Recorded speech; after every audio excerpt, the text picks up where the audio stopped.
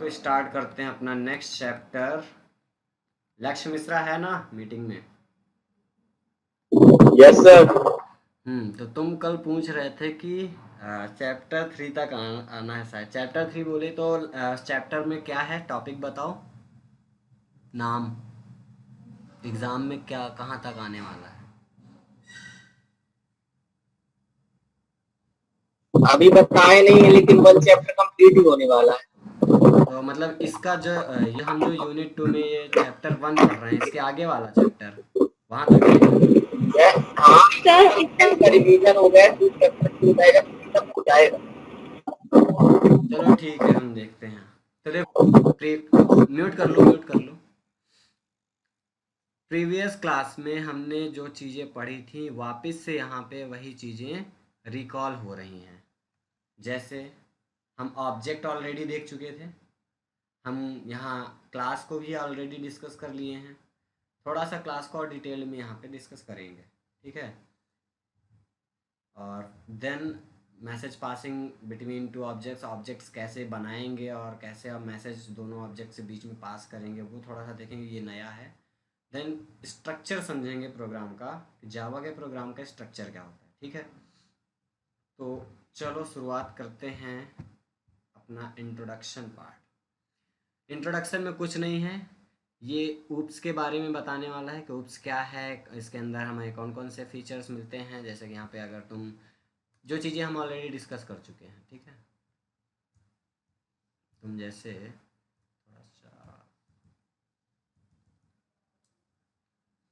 यहाँ पे देखो, इनकैप्सुलेशन, एब्स्ट्रैक्शन, पॉलीमॉर्फिज्म है। ये मेरा ड्रॉ काम नहीं कर रहा, क्यों? कोई बात नहीं, नहीं कर रहा तो मत करने दो। तो इस चैप्टर में हम बेसिकली क्या पढ़ने वाले हैं, ऊप्स का कॉन्सेप्ट में जो जो है, जैसे ऑब्जेक्ट, क्लास क्या है, ऑब्जेक्ट क्या है, ऑब्जेक्ट्स, मल्टीपल ऑब्जेक्ट्स बनाए हैं तो हम मल्टीपल ऑब्जेक्ट्स के बीच में डेटा कैसे पास करेंगे, हम जावा का प्रोग्राम किस एडिटर पे जाके लिखेंगे, वो आईडी क्या है, उसका थोड़ा सा बेसिक इंट्रोडक्शन होगा, है ना। और प्रोग्राम का स्ट्रक्चर को समझना है। तो वापस हम आते हैं ऑब्जेक्ट में कि ऑब्जेक्ट हमारा क्या है। तो ये चीज़ें ऑलरेडी मैं बता दिया हूँ, तो मैं एक्सपेक्ट कर रहा हूँ कि तुम लोग आंसर करो, what is object. Sir, an object that has state and behaviour. और बाकी लोग? Object is a physical entity.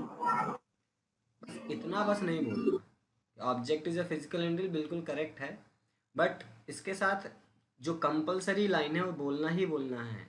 Object is a physical entity और a kind of entity which have some characteristics, behaviour and state.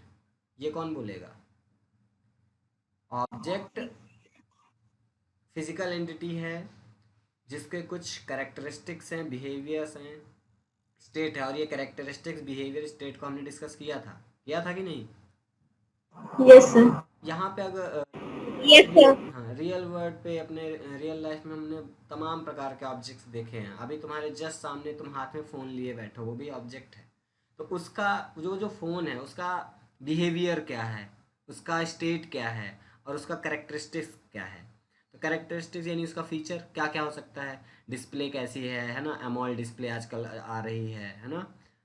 और उसका जो नाम है, identity, कोई डिफरेंट डिफरेंट ब्रांड का फ़ोन यूज़ कर रहा होगा, रियलमी, ओप्पो वगैरह वगैरह, है ना। बिहेवियर, वो कर क्या सकता है, वो ऑब्जेक्ट क्या कर सकता है, उस ऑब्जेक्ट का यूज़ करके तुम क्लास ले पा रहे हो, ये उसका बिहेवियर है। तुम कॉल कर पाओगे, है ना।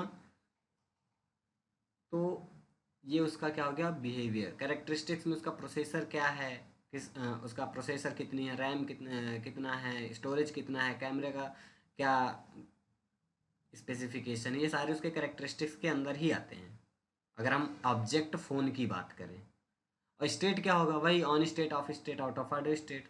एट अ टाइम फ़ोन या तो ऑन स्टेट पे होगा, या फिर ऑफ स्टेट में जा सकता है, या फिर आउट ऑफ ऑर्डर स्टेट में भी जा सकता है। ये तीनों स्टेट मैंने ऑलरेडी बताए थे। तो ऑब्जेक्ट में मुझे नहीं लगता कि कोई डाउट होना चाहिए, फिर भी अगर कोई बताओ अगर ऑब्जेक्ट ना समझ आया हो अभी तक तो।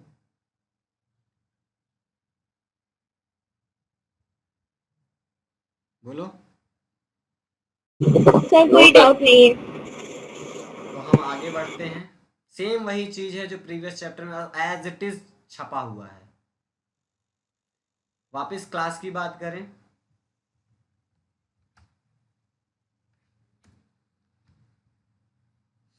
तो तुम लोग डेटा टाइप सुने हो कभी प्रीवियस क्लास में? Data type yes sir. Yes sir. Int yes sir. Integer, character, float, है ना? To identify the data involve in an operation. Variable में किस टाइप की वैल्यू स्टोर होने वाली है ये हमें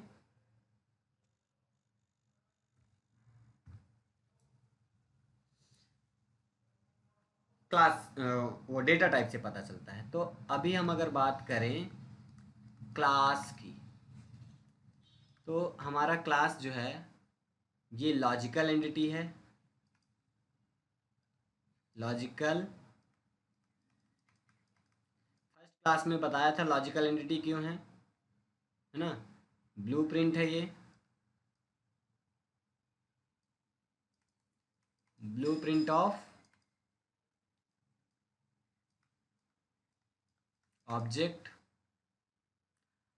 और ये हमारा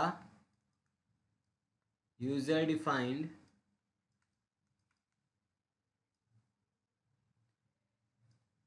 data type.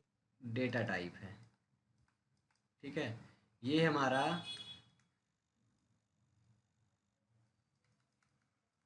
Collection of object है। ठीक है, first point, second point, third and fourth. ठीक, तो class is a logical entity because we are saying that it is a blueprint of an object. तो ब्लूप्रिंट मीन्स क्या? Map, नक्शा, जिसका कोई फिजिकल एग्जिस्टेंस नहीं है, वो हमारे केवल लॉजिकली है ना? लॉजिकल तरीके का मतलब क्या समझ रहे हो कि वो माइंड पे हम उसको समझ पा रहे हैं, है ना? और उस लॉजिकल एंटिटी या ब्लूप्रिंट से कोई एक ऑब्जेक्ट निकल के आता है। घर का एग्जाम्पल बताया था, जब हम घर बनवाते हैं तो एक ब्लूप्रिंट तैयार होता है, नक्शा, उस नक्शे से फिर घर बनता है। तो जो नक्शा है वो जस्ट लाइक अ क्लास ब्लूप्रिंट, किसका? घर ऑब्जेक्ट का। जो ऑब्जेक्ट बना, हमारा घर बन के तैयार हुआ, वो फिजिकल एंटिटी हो गई ना, ऑब्जेक्ट हो गया ना? Right, understand? यस और no? Yes sir. Yes sir. Yes sir. अब हमें इसको समझना है, यूजर डिफाइंड डेटा टाइप हम इसे क्यों बोल रहे हैं और कलेक्शन ऑफ ऑब्जेक्ट हम इसे क्यों बोल रहे हैं। तो मान लो हमारे पास क्लास हमने बनाया, क्लास ए नाम की। ठीक है, यहाँ पे मैंने एक क्लास बनाया ए नाम का। जावा में एवरीथिंग, जो भी हम कोड लिख रहे हैं, everything treated as an object. इस क्लास के अंदर बहुत सारे ऑब्जेक्ट्स हो सकते हैं और इन सभी ऑब्जेक्ट्स को कंबाइन करके क्लास रख रहा है। तो इसलिए हम क्लास को बोल देते हैं कि ये एक कलेक्शन है ऑब्जेक्ट्स का। समझ आया?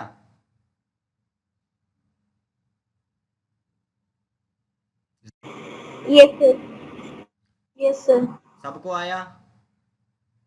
किसी को कोई डाउट है? यस। No sir. इस क्लास के अंदर हम जो वेरिएबल्स बना रहे हैं, डिफरेंट डिफरेंट मल्टीपल वेरिएबल्स होंगे। हम ऑब्जेक्ट्स भी क्रिएट करेंगे, मल्टीपल ऑब्जेक्ट्स क्रिएट कर सकते हैं, है ना? जो न्यू ऑपरेटर के यूज़ करके बनाते हैं ना, वैसा ऑब्जेक्ट। तो मल्टीपल बना सकते हैं और वो सब कंबाइंड है एक ही क्लास के अंदर। तो class is a collection of object हम बोल सकते हैं। ठीक है, यूजर डिफाइंड डेटा टाइप, इसको समझते हैं। तो डेटा टाइप का मतलब क्या है? एक ऐसा एंटिटी जो ये डिफाइन करे कि जिस वेरिएबल के पहले हम डेटा टाइप लिखते हैं, तो ये क्या आइडेंटिफाई करने में हेल्प करता है कि जो वेरिएबल है हमारा वो किस टाइप की वैल्यू को स्टोर करने वाला है। लाइक अगर मैं यहाँ पे एक वेरिएबल लिखा इंट ए, एक वेरिएबल बनाया ए नाम का, और ये जो इंट है या वेरिएबल के जस्ट बिफोर हम जो लिखते हैं वो डेटा टाइप इंट है। तो ये क्या डिनोट कर रहा है कि ये जो ए वेरिएबल है ये कैसी वैल्यू स्टोर करेगा, इंटीजर टाइप की। सही है।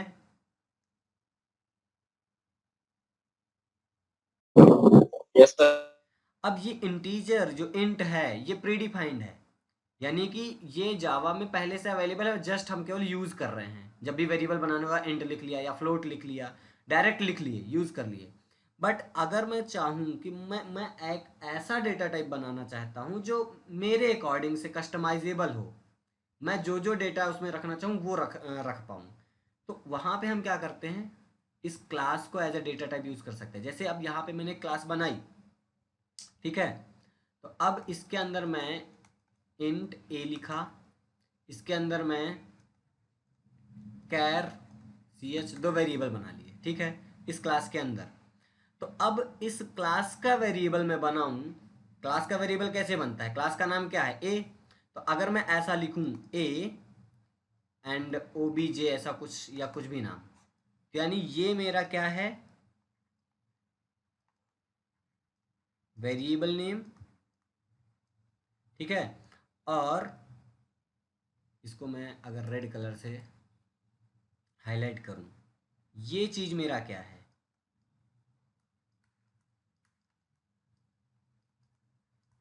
Data type. समझे? यानी मैंने जो क्लास बनाई इसको कौन डिफाइन किया, मैं, यानी यूजर। और यहाँ पे सेम उसी क्लास को एज अ डेटा टाइप में यूज कर रहा हूँ, यानी ए टाइप का मैंने एक वेरिएबल बनाया, उस वेरिएबल का नाम है ओबीजे। अब इस ओबीजे के अंदर क्या क्या हो सकता है, मैं इंटीजर टाइप की वैल्यू भी रख सकता हूँ, मैं करेक्टर टाइप की, कुछ ऐसे OBJ dot a equal 5 and OBJ dot b equal, sorry b तो है नहीं, उसके अंदर क्या है, सी एच है। तो यहाँ पे सी एच, ओ बी जो सी एच इक्वल, और यहाँ पे मैं क्या लिख सकता हूँ, डबल कोटेशन के अंदर मैंने ए लिख दिया। ठीक, समझ आ रहा है? और ये चीज़ें चलती हैं। बट अब हम ऐसे ना करके, जब हम अपना user defined data type use करते हैं और उसका वेरिएबल बनाते हैं, तो वेरिएबल कैसे बनाते हैं, इस वेरिएबल को मेमोरी ऑटोमेटिक मिलती नहीं है, तो हम इसको कुछ इस तरीके से लिख देते हैं प्रोग्रामिंग में अपने, O B J equal new and then a, ये कुछ ऐसी लाइन कभी तुमने प्रीवियस क्लास में देखी हो, प्रीवियस क्लास में अपने 9th में ऐसा देखा था कभी? Yes, sir. लक्ष्य, यस सर। तो यहाँ पे हम इसको ओवरऑल बोल देते हैं कि हम ऑब्जेक्ट क्रिएट कर रहे हैं, बट एक्चुअल पे क्या है, ये चीज़ जो है वेरिएबल है, ये जो ओबीजे है ये वेरिएबल है। और किस टाइप का वेरिएबल है, जो क्लास हम बनाए हैं उस टाइप का। यानी हम अभी क्या कर रहे हैं, अपना जो खुद वेरिएबल, हम अपना जो खुद की क्लास बनाए हैं, यानी हमने डिफाइन किया यूजर डिफाइंड, उसको एज यहाँ डेटा टाइप यूज कर रहे हैं। So we can say class is a user defined data type. समझ आया? Yes sir. Yes, sir. Yes sir. और Yes, sir. बेटर अंडरस्टैंडिंग देखो, मैं इसको ना तुमको करके दिखाता हूँ।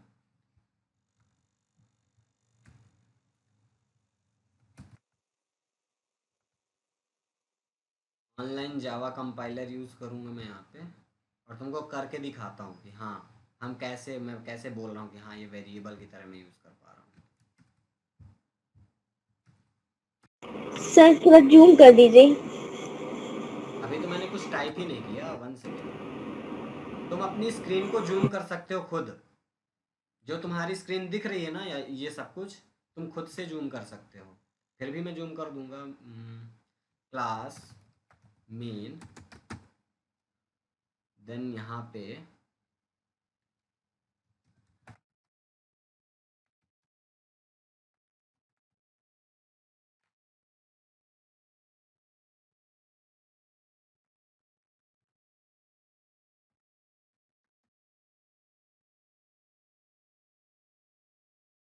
दिख रहा है अभी?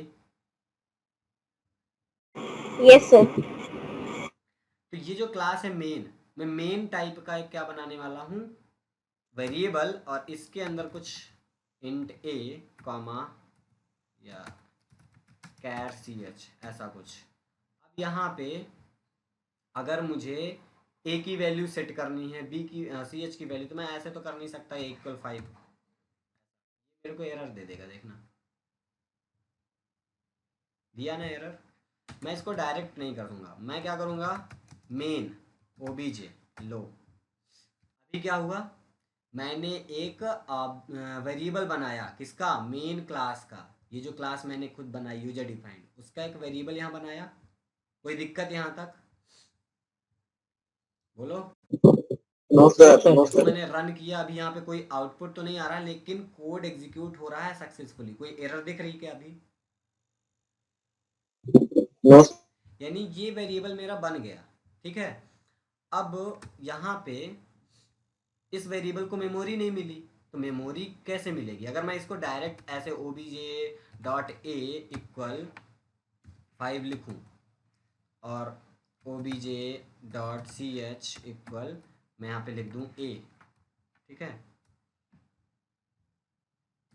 अब इसको रन करूंगा तो क्या होगा, तो यहाँ पे जो मेरा ये ऑब्जेक्ट है इसको मेमोरी नहीं मिली। देखो क्या बोल रहा है, variable obj might not have been initialized. Initialization का मतलब क्या होता है कि उसको मेमोरी में एक जगह मिलना, मेमोरी एलोकेट नहीं हुई। तो एलोकेट, मेमोरी एलोकेशन के लिए हम क्या कर देते हैं, यहाँ पे इक्वल करके न्यू, देन वापस ऐसा लिखते हैं, ठीक है। अब ये चल जाएगा और एरर भी नहीं आएगी, ये देखो। और यही चीज़ यहाँ पे नहीं करना तो तुम दूसरी लाइन पे भी अलग से लिख सकते हो। ये वेरिएबल बना दिया ओबीजे नाम का, देन ओबीजे को मैं मेमोरी नेक्स्ट लाइन पे दे रहा हूँ, ठीक है। सेम यहाँ पे अगर अब मैं system dot out dot print, जो भी प्रिंट कराना हो जिसका भी डेटा, ओबीजे डॉट ए अगर मैंने प्रिंट कराया तो मुझे आउटपुट में क्या मिलेगा? अगर मैं यहाँ ए की जगह सी एच प्रिंट कराऊँ तो मुझे क्या मिलेगा? ए, ठीक है। यानी मैंने एक खुद का डेटा टाइप मेन नाम का बना दिया जिसका एक वेरिएबल, और वो वेरिएबल इंटीजर वैल्यू भी स्टोर कर सकता है और कैरेक्टर भी, है ना। यानी इस ऑब्जेक्ट, ये ऑब्जेक्ट के अंदर ये दोनों चीजें हैं। कुल मिला के जो समझाना चाह रहा हूँ वो है कि हम क्लास को यूजर डिफाइंड डेटा टाइप क्यों बोलते हैं। ये समझ आया कि नहीं? Yes sir. सबको आ गया? किसी को कोई डाउट है? No sir. चलो, तो देखो जो जो मैंने वहाँ लिखा सब कुछ यहाँ पे लिखा हुआ है। सबसे पहले यार ये ड्रॉ काम क्यों नहीं कर रहा, आज कुछ नहीं काम कर रहा है इसमें, कोई बात नहीं। यहाँ पे देखो डेफिनेशन में, a class define the data and methods as a single unit that will be shared by the set of object. अब क्लास क्या है, कॉम्बिनेशन है ना। क्लास के अंदर मैंने जैसे अभी दो वेरिएबल बनाए थे, और वो दोनों वेरिएबल एक सिंगल ऑब्जेक्ट के साथ, जो मैंने यहाँ वेरिएबल बनाया था ना ओबीजे नाम का, वो ऑब्जेक्ट की तरह ट्रीट हो रहा, तो एक सिंगल ऑब्जेक्ट से वो शेयर्ड है दोनों के दोनों ऑब्जेक्ट, है ना। दूसरा, a class is a blueprint that define the variable and methods common to all object, है ना। तो ये क्लास हमारा ब्लूप्रिंट भी है जिसके अंदर वेरिएबल्स और मेथड्स होते हैं जो कि हर ऑब्जेक्ट के लिए कॉमन होते हैं। और दूसरा, class is a collection of object of similar type. तो यहाँ पे हम एक क्लास के मल्टीपल ऐसे वेरिएबल्स भी बना सकते हैं। तो डेफिनेशन क्लियर होनी चाहिए। अभी किसी को कोई डाउट है क्लास में?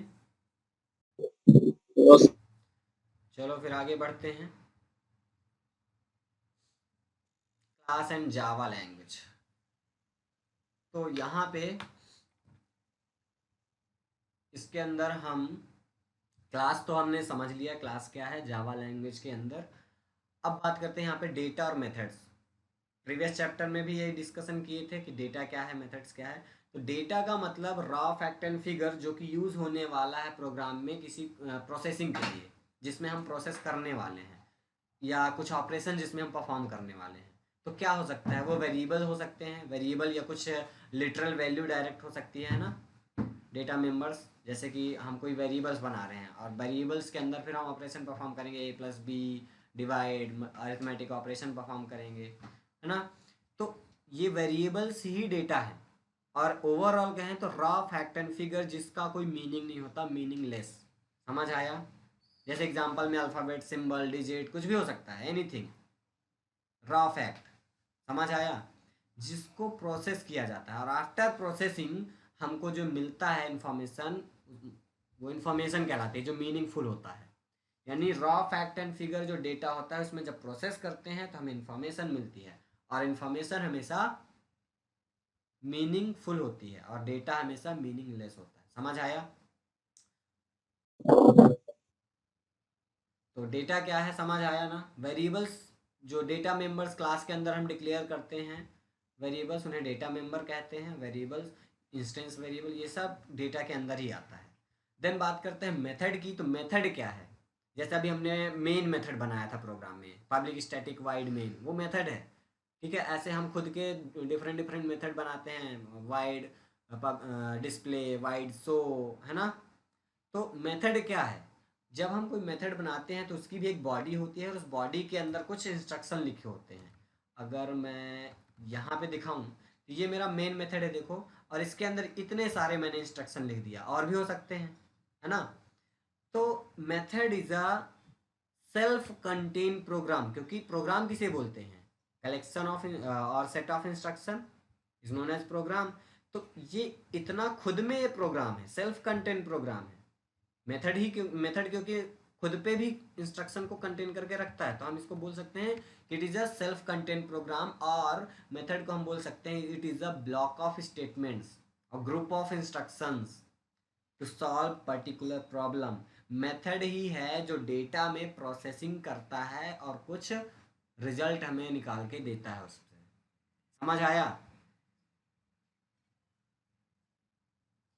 Yes sir. यस तो सर। मेथड को अगर हम क्या बोल सकते हैं? The self content program structure that uses data and variable, जो डेटा और वेरिएबल को यूज करता है और उसमें कुछ प्रोसेसिंग करता है एंड प्रोड्यूस करता है कुछ रिक्वायर्ड आउटपुट। ठीक है, मेथड को हम फंक्शन भी बोलते हैं। तो मेथड बोलो या फंक्शन, सेम है। ठीक है, फिर बात करते हैं क्लास एंड ऑब्जेक्ट फैक्ट्री। यानी अब हम अभी तक क्लास को क्या बोल रहे थे? ये ब्लूप्रिंट है, क्लास ब्लूप्रिंट है ऑब्जेक्ट का। क्लास एक यूजर डिफाइंड डेटा टाइप है, ये एक लॉजिकल एंटिटी है ना। क्लास कलेक्शन है ऑब्जेक्ट का, बट यहाँ पे अब क्लास कलेक्शन है ऑब्जेक्ट का। That's why we can say here class is an object factory. यानी क्लास को हम एज अ ऑब्जेक्ट फैक्ट्री भी कह सकते हैं। क्यों? क्योंकि हमने डेफिनेशन अभी देखी कि क्लास के अंदर कई सारे ऑब्जेक्ट्स हो सकते हैं, यानी कलेक्शन ऑफ ऑब्जेक्ट। तो अब फैक्ट्री को अगर तुम रिलेट करो, फैक्ट्री में होता क्या है? मान मान लो एक फैक्ट्री है, कार की फैक्ट्री है मान लो। तो कार की फैक्ट्री में क्या होगा? उस फैक्ट्री में कार से रिलेटेड जितने ऑब्जेक्ट होंगे, बहुत सारे कार्स और उसके पार्ट, सब कुछ उसके गोडाउन में होगा। यस और नो? Yes yes sir. तो किसी भी चीज की फैक्ट्री होगी, उस फैक्ट्री में वो ऑब्जेक्ट ढेर सारा पड़ा होगा, यानी मल्टीपल ऑब्जेक्ट्स उसके अंदर होंगे उस फैक्ट्री में, जिसकी भी फैक्ट्री होगी। अगर मैं शूज की फैक्ट्री की बात करूं तो वहां तो शूज ही शूज मिलेंगे। तो अगर मैं यहाँ पे क्लास को ऑब्जेक्ट फैक्ट्री बोलूँ, क्यों? क्योंकि अगर एक क्लास है तो उस क्लास के अंदर उस बहुत सारे सिमिलर टाइप के ऑब्जेक्ट हो सकते हैं। अगर मैंने क्लास बनाई कार, तो उस कार का कार क्लास के मल्टीपल ऑब्जेक्ट्स उस क्लास के अंदर हो सकते हैं। यस और नो? दैट्स वाई हम क्लास को क्या बोल सकते हैं कि क्लास मल्टीपल ऑब्जेक्ट का कलेक्शन है, यानी ये ऑब्जेक्ट का एक फैक्ट्री है। इस क्लास के अंदर हमें बहुत सारे ऑब्जेक्ट्स मिल सकते हैं। समझ आया? यस। बस इतना ही है इसमें। यहाँ पे अगर इन डिब्बों को देखो तुम, एग्जाम्पल समझने की कोशिश करो, तो कार रजिस्ट्रेशन एंड इधर है स्टूडेंट डिटेल, ये दोनों क्या हैं? एज्यूम करो these are the class name. और इस क्लास के अंदर डेटा मेंबर्स हैं कौन कौन से? कार ब्रांड, अगर कार रजिस्ट्रेशन क्लास की बात करें तो कार का brand, year model, car number, name of the owner, address, amount paid, है ना। इधर स्टूडेंट डिटेल की बात करें तो student name, date of birth, class section, subject and address, phone number, ये सब क्या है, डेटा मेंबर्स हैं उस क्लास के। ठीक है, उस क्लास के क्या है, डेटा मेंबर्स हैं। वेरिएबल्स, ठीक है।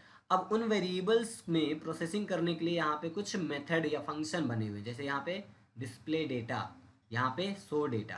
फंक्शन की पहचान क्या है कि किसी फंक्शन की पहचान ये है कि उसके नाम के जस्ट बाद ये चीज़ लगा होगा, पैरेंथेसिस, ब्रैकेट्स होंगे, उसे हम मेथड या फंक्शन बोल देंगे। डिस्प्ले डेटा ये फंक्शन है, शो डेटा ये भी एक फंक्शन है। ठीक है, अब इसके अंदर अगर बात करें तो अब जावा में जो भी है सब एवरीथिंग ऑब्जेक्ट की तरह है। अब यहाँ पे मल्टीपल ऑब्जेक्ट्स हैं, कार के ब्रांड हो गया, मॉडल नंबर, ये सब। ठीक है, तो यहाँ तक अभी क्लियर है सबको? यस। किसी को कोई डाउट? No sir. चलो आगे no sir. Next no sir. Next है object as a instance of a class. अभी हमने देखा कि ऑब्जेक्ट को हम क्लास को हम ऑब्जेक्ट फैक्ट्री बोल रहे थे। अब यहाँ पे देख रहे हैं कि जो ऑब्जेक्ट है हमारा वो एज अ इंस्टेंस क्लास के लिए है। ठीक है, यानी object as a instance of the class, वो क्लास का एक इंस्टेंस है। इंस्टेंस का मतलब क्या है, ऐसा समझो, इंस्टेंस मतलब एक उसका कॉपी, एग्जाम्पल जैसा, उदाहरण। जैसे मान लो मेरे पास क्या बोलूँ, थोड़ा सा एज्यूम करना, मैजिक शो तो खूब देखे होगे तुम लोगों ने, देखा है ना मैजिक शो टीवी सीरियल पे? Yes sir. मैजिक शो में एज्यूम करो कि मेरे पास एक पेन है, ठीक है, और जादू से उस पेन की एक डुप्लीकेट कॉपी और बना दिया मैंने, और उसको दे दिया किसी अपने फ्रेंड को। तीसरा फ्रेंड और आया, उसको भी पेन चाहिए, तो फिर से एक जादू से एक और पेन बना दिया और उसको दे दिया अपने थर्ड वाले फ्रेंड को। यानी इस तरह से मैं उस एक सिंगल पेन से उसके डिफरेंट मल्टीपल इंस्टेंस बना रहा हूँ, कॉपी बना रहा हूँ। समझ रहे हो? इंस्टेंस को थोड़ा सा रिलेट करो कि मेरे पास एक क्लास है और उसका मैंने एक ऑब्जेक्ट क्रिएट किया, मतलब मेरे पास कार नाम की क्लास थी, क्लास समझ रहे हो ना, ब्लूप्रिंट, और उससे मैंने एक कार को तैयार किया। मेरे पास एक ब्लूप्रिंट मिल गया और उस ब्लूप्रिंट की हेल्प से मैं मल्टीपल इंस्टेंस क्रिएट कर सकता हूँ, यानी ऑब्जेक्ट बना सकता हूँ। यस और नो, बना सकते हैं क्या? Yes yes sir. अब तुम्हारे पास नक्शा एक तो मिल गया, एक नक्शा तुम्हें मिल गया, तो अब उसी सेम नक्शे से सेम एज इट इज तुम चाहे जितने घर बना लो, अगर घर की बात करें तो। सही है ना? तो अगर एक ब्लूप्रिंट है और उससे मैं multiple same as it is object create कर पा रहा हूं, तो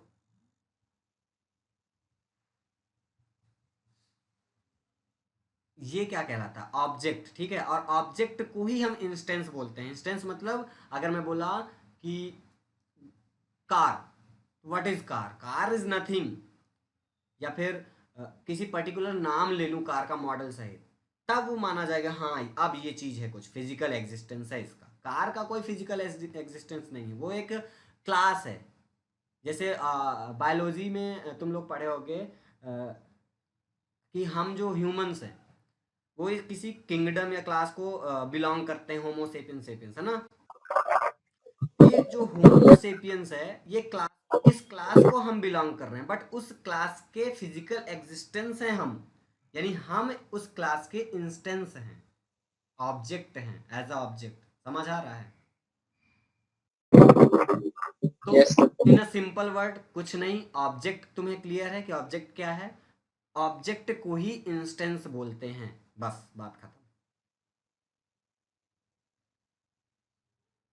इंस्टेंस का मतलब है उदाहरण। किसी एक क्लास की बात करें तो ब्लूप्रिंट, और उसका एक एग्जांपल तुम्हारे सामने रख दिया जाए, यस दिस इज मैं अगर बोल दूं car, what is car, car तुम्हारे सामने कार खड़ी कर दी जाए, टाटा पंच, हाँ yes this is the instance of that car class. समझ आया? Yes sir. चलो नेक्स्ट आगे बढ़ते हैं। वेट, हाँ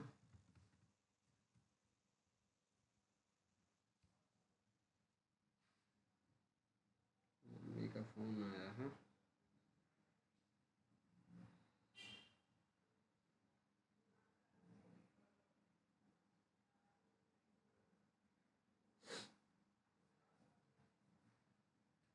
हेलो, पढ़ा बताऊँ। हम्म। हम्म। रखा था अभी। अरे सब हैं, 3-4 जने हैं, ज़्यादा नहीं हैं। ठीक है।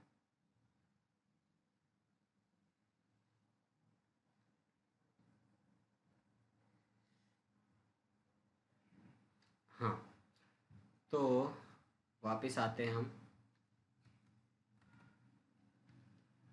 तो अब यहाँ पे देखो, हमने उधर देखा था कि हमने एक क्लास देखा था, कार रजिस्ट्रेशन नाम की क्लास देखी थी। और अब उस कार रजिस्ट्रेशन के यहाँ मल्टीपल ऑब्जेक्ट्स बने हुए, देखो। Object car 1, object car 2, object car 3। यानी एक सिंगल ब्लूप्रिंट था और उससे 3 डिफरेंट डिफरेंट ऑब्जेक्ट बने, यानी 3 डिफरेंट डिफरेंट इंस्टेंस बन गए। ये इंस्टेंस जिसका प्रॉपर्टी या कैरेक्टरिस्टिक्स है मारुति 2021 मॉडल, है ना, ये पूरा उसका कार नंबर है, एड्रेस वगैरह। ऐसे ही कार 2 का डिटेल डिफरेंट है, कार 3 का डिटेल डिफरेंट है। ये इंस्टेंस है उस कार रजिस्ट्रेशन क्लास के, या ऑब्जेक्ट है, ठीक है, जो कि डिफरेंट प्रॉपर्टीज को कंटेन कर रहे हैं। बुक रीड करते हो ना घर में सब? Yes sir. बुक डेली जरूर रीड करना, क्योंकि मैं थ्योरी नहीं पढ़ रहा हूँ, मैं केवल तुम्हें कॉन्सेप्ट समझा रहा हूँ। थ्योरी तुम्हें पढ़ना है, बहुत ज़रूरी है, बुक रीड करना बहुत ज़रूरी है। देन वापस बात करते हैं class as a user defined data type. ये ऑलरेडी डिस्कस कर चुके हैं हम। Why it is called a user defined data type? Because the class name is defined by the user. Class को कौन डिफाइन करता है? हम लोग ना। That's why we can say that class is a user defined data type. And इसका full detailed अभी मैं 4-5 मिनट पहले एक्सप्लेन किया हूँ, ठीक है। तो जब हम क्लास बनाते हैं तो term class is a keyword. ये क्लास एज अ कीवर्ड है, जो प्री डिफाइंड वर्ड है। कीवर्ड क्या होता है आगे हम डिस्कस करेंगे, फिर भी आइडिया तो होगा, प्रीवियस क्लास में तुमने 9th में पढ़ा होगा। कीवर्ड है ना। तो with the help of class keyword we are giving some name, user defined name of the class and creating a class. Like मैं यहाँ पे बनाया था क्लास ए। तो ए जो नाम है वो मैंने दिया, वो मेरी चॉइस थी। ए की जगह कुछ भी हो सकता था। प्रोग्राम में अभी मैं मेन नाम की क्लास बनाया था, बट वो जो नाम देना है कि हाँ ये जो नाम मैं दे रहा हूँ वो क्लास है, वो कौन बताएगा? वो क्लास कीवर्ड की हेल्प से मैं डिफाइन कर रहा हूँ कि मैंने एक प्री डिफाइंड कीवर्ड यूज़ किया क्लास, देन उसके बाद में लिखा क्लास का नाम। तो कंपाइलर, जो जावा का कंपाइलर, वो समझता है कि हाँ ये जो नाम है वो एज अ क्लास है, समझे? तो class itself is a keyword, but after class keyword जो हम नाम दे रहे हैं वो है class name, and it is defined by the user, जो वो यूजर की चॉइस है। So that's why we can say class is a user defined data type. समझ आया? और डेटा टाइप क्यों है? क्योंकि हम क्लास टाइप का वेरिएबल बनाते हैं, और मैंने बना के प्रोग्राम भी दिखाया अभी। समझ आया? Yes sir. डेफिनेशन में जाओगे तो देखो क्या लिखा है, the class is known as a user defined data type because the class along with the member variable and member method are defined by the user. यानी क्लास को यूजर डिफाइंड डेटा टाइप इसलिए कहा जाता है क्योंकि इसका जो जो क्लास हम डिफाइन करते हैं उसके साथ जो वेरिएबल्स हैं और उसके अंदर जो मेथड्स हैं वो सब डिफाइन कौन करता है? यूजर। ठीक है, समझ आया? Yes sir. Yes sir. अब इसके बाद बात करते हैं मैसेज पासिंग बिटवीन ऑब्जेक्ट। अब यहाँ पे मैंने अगर बात करूँ, प्रोग्राम तो यार हट गया, फिर भी हम बना लेंगे, चलो।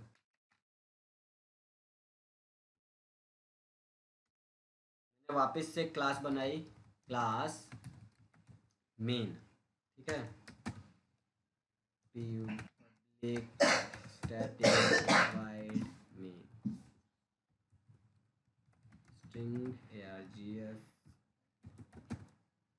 ये क्लास मैंने एक प्रोग्राम बना लिया छोटा सा। अब इसके अंदर मैं ऑब्जेक्ट बनाऊंगा, तो क्लास का ऑब्जेक्ट कैसे बनता है?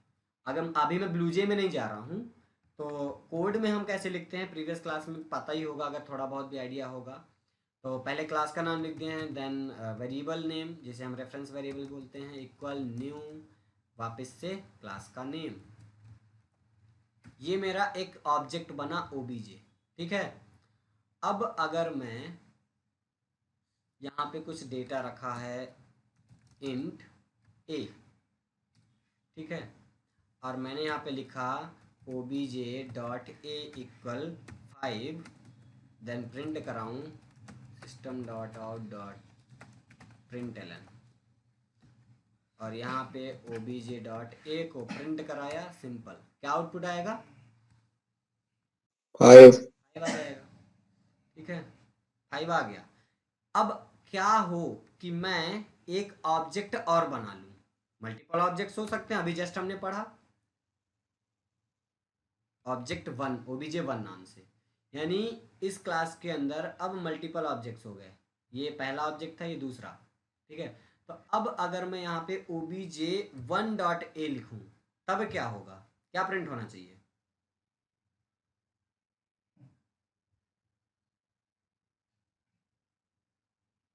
एनीवन?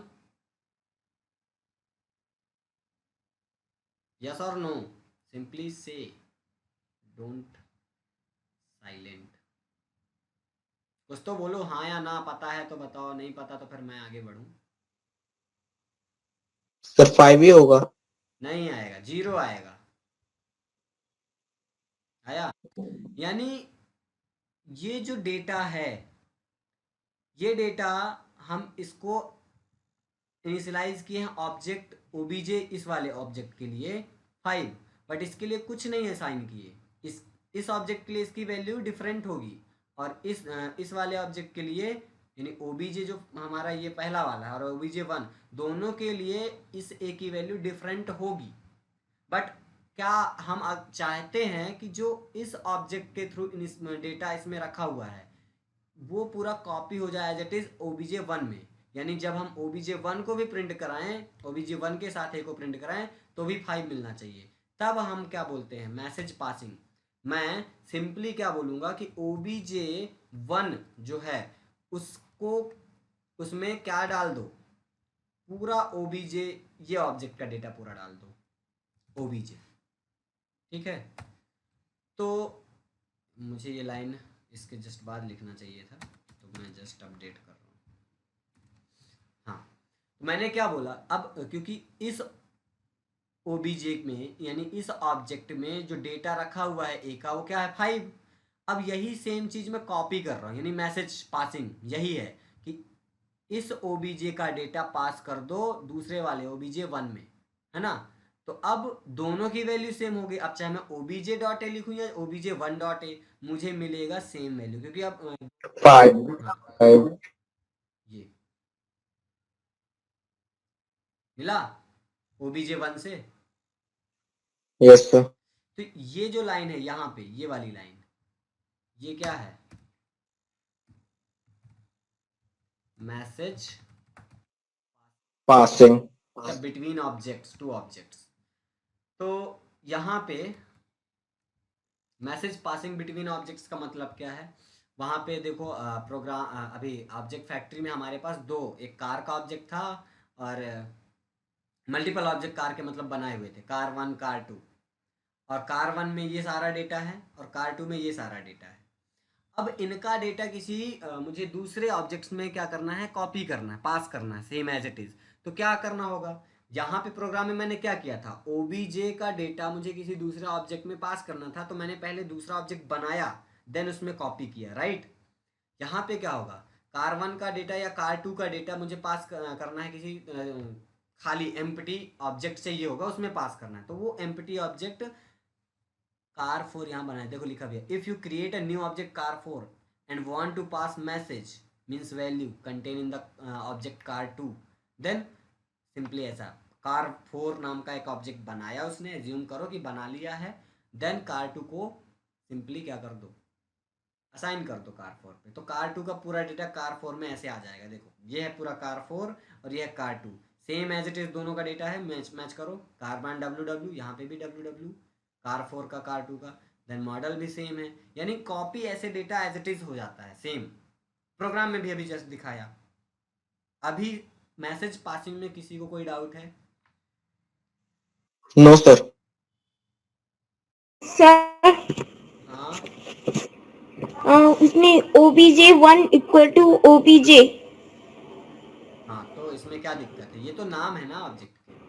हाँ नाम है, हाँ लेकिन हम उसको OBJ.A के ऊपर लिखने से चल जाएगा ना? OBJ.A के ऊपर क्या ये चीज यस सर।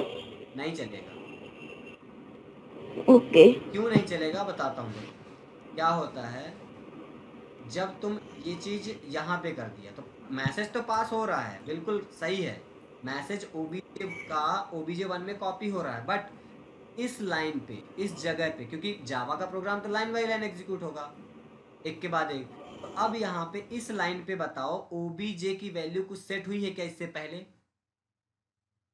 ओबीजे के थ्रू कोई वैल्यू हमने सेट की है? ये ओबीजे कुछ वैल्यू कंटेन कर रहा है क्या? या पहले बताओ। नो। नहीं कर रहा। और तो हम खाली ऑब्जेक्ट OBJ1 में पास कर रहे हैं और बाद में हम OBJ में वैल्यू डाल दिए ए की 5। तो यहाँ पे तो हमने खाली ऑब्जेक्ट OBJ1 में डाला, तो ये भी खाली है और ये भी खाली है, तो उस केस में तो नहीं होने वाला, इसलिए पहले इनिशियलाइज कर दो, बाद में ऐसे। अब जब इसमें वैल्यू आ गई तो वो वैल्यू यहाँ पे भी आ जाएगी, समझे? वैसे में एरर जनरेट करेगा। नहीं, एरर नहीं जनरेट करेगा, बट आउटपुट तुम्हें दोनों में 5 नहीं मिलेगा। अभी क्लियर है? यस। Yes sir. तो मैसेज पासिंग करने के यस लिए सर। हम सिंपल इक्वल ऑपरेटर यूज करते हैं और सिंपली जैसे वेरिएबल में वैल्यू असाइन करते हैं, सेम ऐसा ही है कि ओबीजे जिस भी ऑब्जेक्ट को असाइन करना है तो राइट टू लेफ्ट असाइन होता है, तो ओबीजे का वैल्यू OBJ1 में ऐसे आ जाएगा, बीच में इक्वल ऑपरेटर हेल्प, है ना? तो ये हो गया मैसेज पासिंग। अब बात कर लेते हैं सिंपल स्ट्रक्चर की, ठीक है? तो प्रोग्राम का स्ट्रक्चर क्या होने वाला है। तो जावा प्रोग्राम जब भी हम लिखते हैं तो सबसे पहले हमें क्या मिलता है? सबसे पहले सबसे टॉप पे क्या क्या होता है? इंपोर्ट स्टेटमेंट, पैकेज स्टेटमेंट होता है, इंपोर्ट स्टेटमेंट होता है, जो कि अभी यहाँ पे तुम्हें नहीं दिख रहा, वो ऑप्शनल होता है। If you are required to import some package you can use import sir ना। स्कैनर में नेसेसरी होता है ना import java dot util dot हाँ s। भाई, अगर तुम्हें नीड है किसी पैकेज या क्लास को इंपोर्ट करने की, then we can write that step, ठीक है? इंपोर्ट स्टेटमेंट को लिखना पड़ेगा, और अदरवाइज यू कैन स्किप, वो ऑप्शनल है। बट जो नेसेसरी है, जिसके बिना कोई एक जिसके बिना प्रोग्राम बन ही नहीं सकता, वो चीज़ें यहाँ तुम्हें दिख रही हैं। तो सबसे पहले क्लास तो क्लास। बनाना है, ठीक है? क्लास, देन ये क्लास कीवर्ड है, उसके बाद ये जो वेलकम है वो क्लास का नाम है, देन क्लास की बॉडी होगी curly braces open and close, और इसके अंदर एक मेथड होगा। क्लास के अंदर एक मेथड होगा ही होगा, without method we can not execute the program, ठीक है? मेथड ही है जो प्रोग्राम को एग्जीक्यूट करता है, और यहाँ पे मेन मेथड है, पब्लिक वाइड मेन, ठीक है? मेन मेथड के अंदर इसका भी बॉडी है curly braces open and close, और इसके अंदर एक प्रिंटिंग स्टेटमेंट, आउटपुट स्टेटमेंट लिखा हुआ है, system dot out dot println, और डबल कोटेशन में यहाँ पे लिखा है my first Java program. Double quotation में जो भी लिखते हैं वो स्ट्रिंग होता है, वो एज इट इज हमारे प्रोग्राम में आउटपुट में दिखता है। यहाँ पे सिस्टम क्या है, आउट क्या है, प्रिंटलन क्या है, उसको ऑल डिटेल में आगे डिस्कस करेंगे, ठीक है? तो यहाँ पे देखो कुछ कुछ चीज़ें, यहाँ पे स्लैश स्टार और यहाँ पे फिर स्टार स्लैश के बीच में कुछ लिखा हुआ है, the program prints a message on the screen, लिखा है कुछ। तो ये चीज़ क्या है? ये है डबल कोटे, ये जो स्लैश स्टार और स्टार स्लैश लिखा है ना, इसके बीच में जो भी लिखते हैं ये कमेंट्स होता है, ये कमेंट्स, ठीक है? सबसे टॉप पे हम लिखते हैं comments to briefly give the description about the program, कि हमारा प्रोग्राम क्या करने वाला है। हम कमेंट्स में लिख देते हैं। क्यों लिख देते हैं? क्योंकि डायरेक्ट अगर लिखोगे तो प्रोग्राम में एरर आएगी, ठीक है। और कमेंट्स लिखना क्यों ज़रूरी है कि अगर कोई कभी फ्यूचर में इस प्रोग्राम को देखे तो देख के समझ पाए कि हाँ पर्टिकुलर ये कोड क्या कर रहा है, हम उसे शॉर्ट डिस्क्रिप्शन लिख देते हैं कमेंट आउट करके। अब वो कंपाइलर एग्जीक्यूट नहीं करता। कमेंट हम दो टाइप से दे सकते हैं, मल्टी लाइन कमेंट और single line comment. Single line के लिए हम डबल स्लैश यूज़ कर लेते हैं और मल्टी लाइन के लिए स्लैश स्टार और स्टार स्लैश और इसके बीच में जितनी लाइनें लिखना हो, स्टार्ट इससे करेंगे, क्लोज इससे, और बीच में जितना लिखना हो लिख दो। सिंगल लाइन के लिए ये अभी मैंने देखो यहाँ पे सिंगल लाइन कमेंट दिया था, ये मैसेज पासिंग दिया था।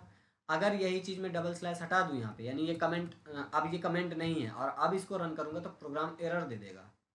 ये देखो बोलेगा ये मैसेज पासिंग क्या है, मैं नहीं समझ जानता, इसको ऐसा कमेंट कर देते हैं। तो कंपाइलर समझ जाता है कि ठीक है ये कमेंट है, इसको मुझे एग्जीक्यूट करने की ज़रूरत नहीं है, इग्नोर कर देता है कंपाइलर, ठीक है।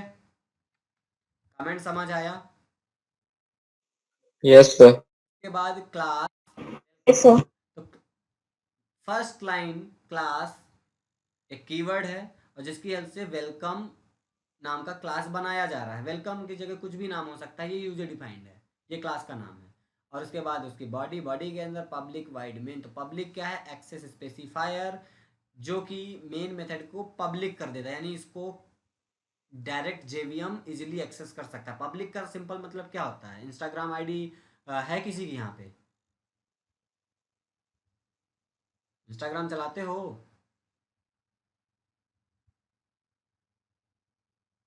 कोई बोल ही नहीं रहा, क्यों?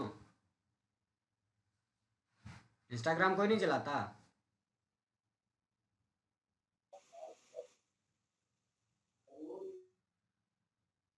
कोई बात नहीं। जैसे अकाउंट प्राइवेट होते हैं, प्राइवेट पब्लिक, प्राइवेट करने से क्या होता है? जो हमसे कनेक्टेड है केवल वही बस देख पाता है। और अगर पब्लिक कर दिया तो कोई भी पीपल उसे देख पर्सन आके देख के चला जाएगा, यानी सब कोई देख सकते हैं। तो यहाँ पे पब्लिक का मतलब वही वैसा ही है कि हमने मेन फंक्शन को पब्लिक बना दिया, यानी इसको कहीं से भी कोई भी एक्सेस कर सकता है, ठीक है। और वाइड एक रिटर्न टाइप है। वाइड क्या है? रिटर्न टाइप है। इसका मतलब क्या होता है कि जो मेन फंक्शन है वो किसी भी टाइप की वैल्यू को रिटर्न नहीं करता। और ये इटसेल्फ पब्लिक और वाइड ये दोनों ही कीवर्ड भी हैं। मेन फंक्शन का नाम है, फंक्शन का नाम कुछ भी हम दे सकते हैं, यहाँ पे हमने मेन दिया है। और पैरेंथेसिस ये तो आइडेंटिटी होती है किसी भी फंक्शन की। और इसके अंदर बाद करली ब्रेसेस जो हैं उसके अंदर हम कुछ सेट ऑफ इंस्ट्रक्शन लिखते हैं जो हम एग्जीक्यूट कराना चाहते हैं। तो इसके अंदर हमने करली ब्रेसेस के अंदर क्या लिखा था? System dot out dot println. System एक क्लास है।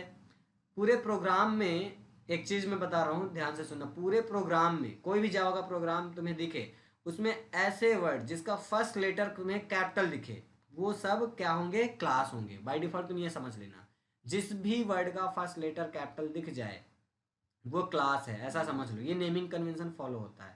तो अगर इस पूरे प्रोग्राम में देखो तो फर्स्ट लेटर किस किस का कैपिटल दिख रहा है तुम्हें बताओ?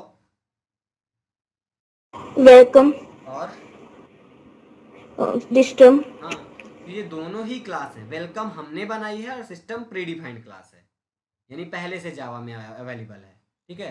तो system is a predefined class. And out, out क्या है?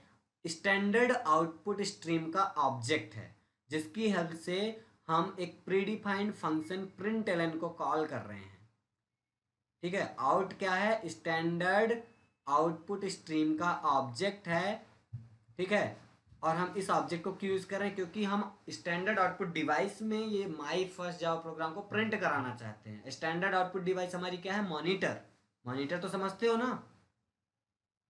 Yes sir. तो हम उस ऑब्जेक्ट की हेल्प से फंक्शन कॉल कर रहे हैं प्रिंट एलन, और उसके अंदर डबल कोटेशन में पैरेंथेसिस के अंदर जो भी लिख के दे रहे हैं वो as it is println function का काम क्या है कि उसे प्रिंट कर देना तुम्हारे मॉनिटर स्क्रीन पे। और ये आउट को सिंपली तुम कह सकते हो कि ये एक सिस्टम क्लास का ऑब्जेक्ट है, ठीक है। सिस्टम क्लास का आउट एक क्या है? ऑब्जेक्ट है, जो कि और अगर बेटर वे पे बोलो तो ये स्टैंडर्ड आउटपुट स्ट्रीम का ऑब्जेक्ट है। आउटपुट स्ट्रीम हमारा कहाँ पे होता है? मॉनिटर पे होता है, स्टैंडर्ड आउटपुट डिवाइस पे, है ना।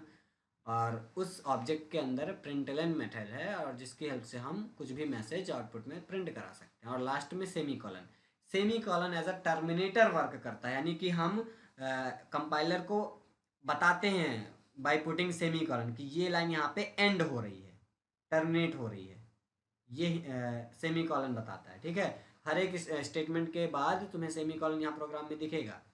जैसे जिसकी बॉडी हम डिफाइन करते हैं उसका तो सेमी कॉलन वहाँ पे नहीं लगाएंगे, बट जो लाइन, क्योंकि यहाँ पे देखो इसकी बॉडी ओपन हुई और यहाँ पे क्लोज हुई, तो इसका बॉडी ही इसको बता रहा है कि यहाँ पे इसका बॉडी क्लोज हो गया, टर्मिनेट हो गया, बट ये इसका कुछ बॉडी नहीं, ये कॉल हो रहा है, तो यहाँ पे लास्ट में सेमी कॉलन लगाया, यानी ये प्रोग्राम यहाँ पे एंड, ये लाइन यहाँ पे एंड हो रही है।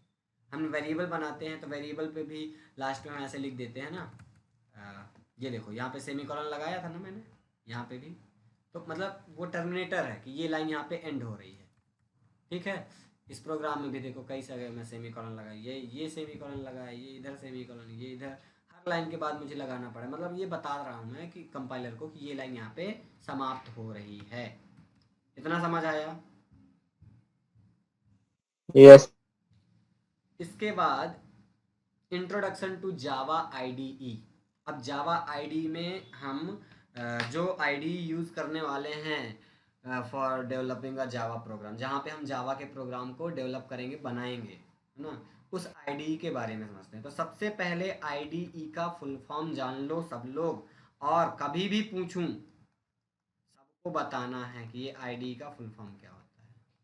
ठीक है, लिख लो कहीं पे, नोट डाउन कर लो, रट लो, जो करना है करो। लेकिन प्रीवियस बैच में ऐसा हुआ था कि पढ़ते गए और एकदम लास्ट में जब मैंने किसी से पूछा आईडी क्या है, साफ साइलेंट। ऐसा मत करना। आईडी का फुल फॉर्म होता है इंटीग्रेटेड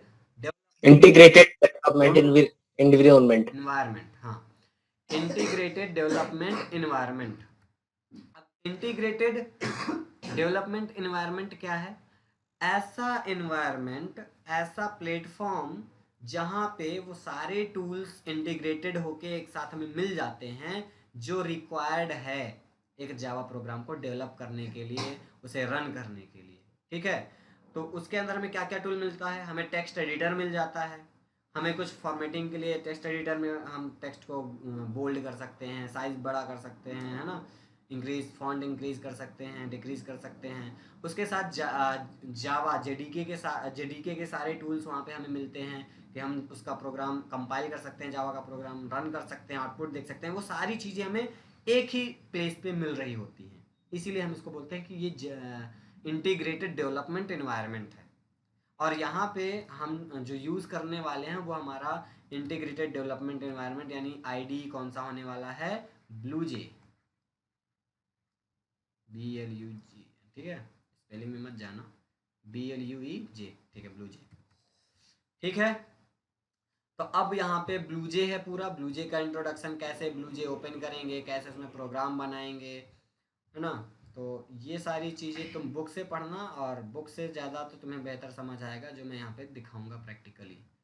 तो ये सारी चीज़ें पढ़ने की ज़रूरत नहीं है, मैं इसको अभी जस्ट 5 मिनट में अभी ओवरव्यू देता हूँ ब्लूजे का खोल के। ठीक है, ये अभी क्या जार फाइल पढ़ना है। ठीक है, जार फाइल थोड़ा समझते हैं। ठीक है, ये सब ब्लूजे का ट्यूटोरियल है कि ब्लूजे में कैसे क्या होगा। Print the project. ठीक है, इसका भी कोई, हाँ, ओपन नॉन ब्लूजे फाइल। ठीक है, ब्लूजे का पूरा ट्यूटोरियल है, इतना इंपॉर्टेंट नहीं है, इसको समझो। ये creating a jar file, what is jar file, यही समझना है सबसे पहले। ठीक है, जार फाइल क्या होता है?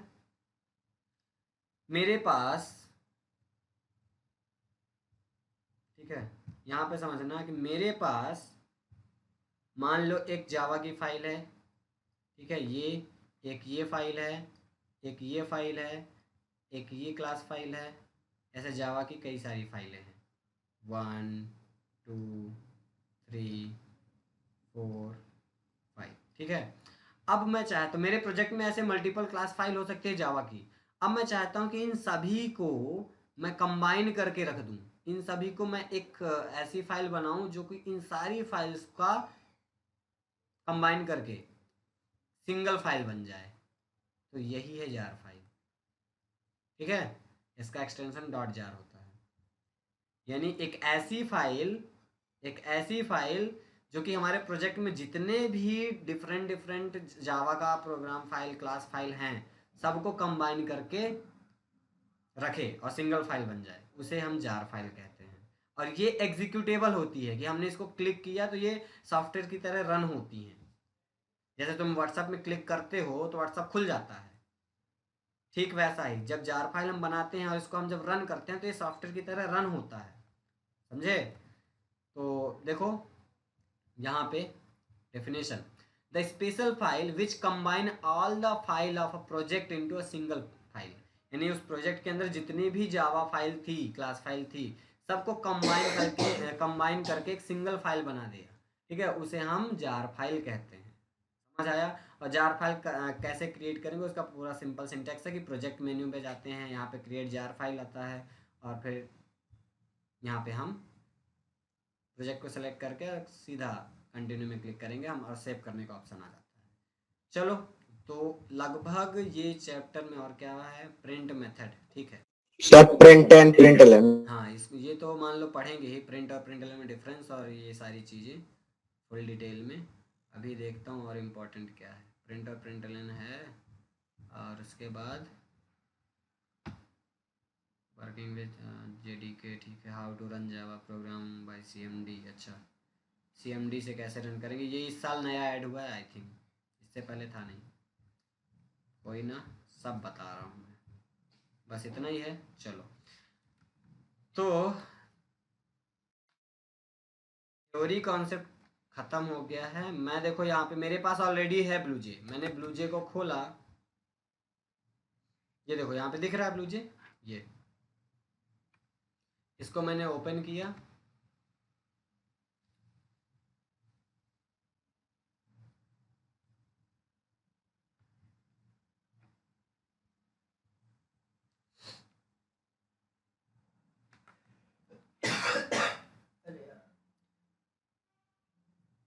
अभी केवल ब्लूजे बस थोड़ा सा दिखा देता हूँ तुम लोग को, बाकी इनको ना हम कल डिस्कस करेंगे डिटेल में, ठीक है, क्योंकि टाइम हो रहा है। उसके बाद नेक्स्ट चैप्टर, देखो टाइम भी ले रहा है, ये खुल नहीं रहा।